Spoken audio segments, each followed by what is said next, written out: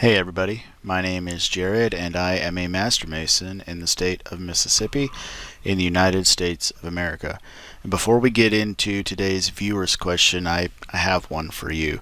You can see today I'm wearing my working tools tie from Edgar over at Masonic Revival, and it occurred to me when I was putting this on for the show that I have been tying my own tie since I was 12. That's not an exaggeration. And I've always tied a full Windsor.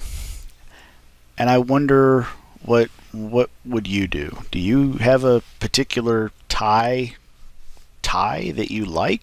Let me know about that. I'm being serious. I'm curious what else to do. I've been doing this for a while. It may be time to move on and try something new. If I'm sprucing up my style, maybe I need to learn how to tie a different knot. Well, today's viewer's question is, can you discuss perpetual or endowment membership? I can, but it's going to be different in every single jurisdiction, even if it is offered at all where you are. So let me take what could possibly be a complicated system and break it down.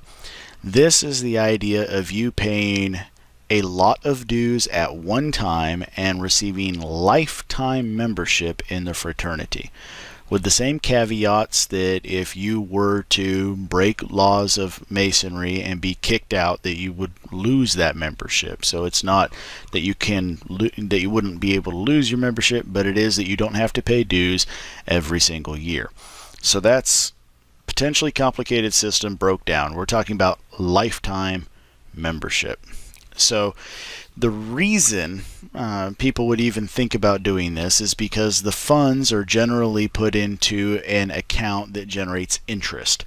And so rather than the lodge just having to pay out to the Grand Lodge, which again doesn't happen in every jurisdiction, some sort of a per capita for an endowment of the Grand Lodge to make sure it will stay afloat forever. Instead, the money is put into an investment account that accrues interest that is then paid back to the lodge. So the idea here is it's perpetual in the sense that even after a person who has invested in that passes away, their money is still earning interest, which is still being paid back to the lodge.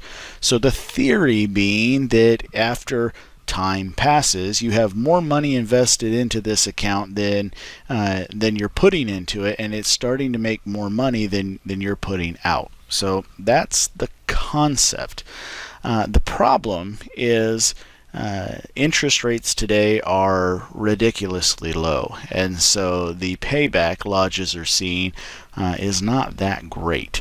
And so there's been a lot of question about whether or not this is a program that needs to be kept going, and if there's another way to accomplish the same goal. Here in the state of Mississippi, lifetime membership, or perpetual membership as we call it, comes with 15 years worth of dues paid at one time. So at my lodge, annual dues are $100. So if I were to pay $1,500 to my lodge one time, I would be a lifetime member. I wouldn't have to pay that $100 every single year. So if I believe I'm going to live and want to be a Freemason longer than 15 years, then obviously there's a monetary incentive to me to go ahead and pay up front now, then keep paying. In 15 years, I'll still be a fairly middle-aged guy. I won't be that far up there. So if I think I might live to 80 or 90, it's in my benefit to pay now, when in, who knows, in 15 years, the dues could be a lot higher than what they even are now. The lodge also has the option of requiring me to provide a 16th year, so to speak. So they would get 15 years plus one, and that plus one stays with the lodge. And the reason for that is it would be another calendar year before the investment check comes back to the lodge.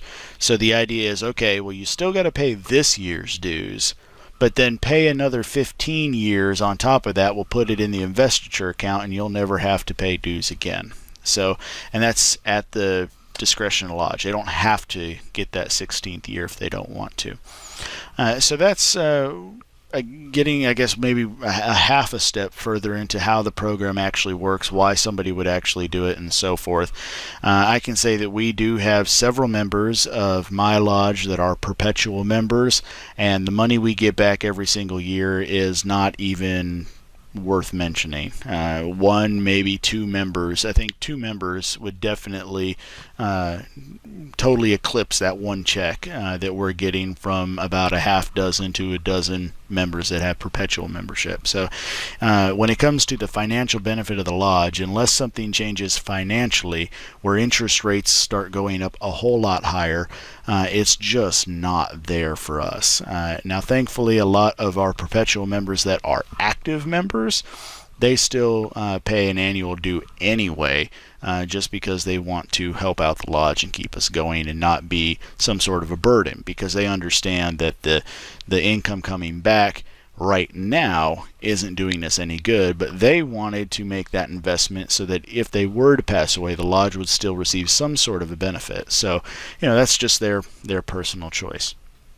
So that's how lifetime membership or perpetual or endowment membership is handled here in the state of Mississippi. And go ahead and leave a comment down below. Let me know whether or not your lodge or your jurisdiction does lifetime membership, and if so, some general idea of how it actually works and what it costs. Thank you so much for taking the time to watch. We'll see you next time. Bye.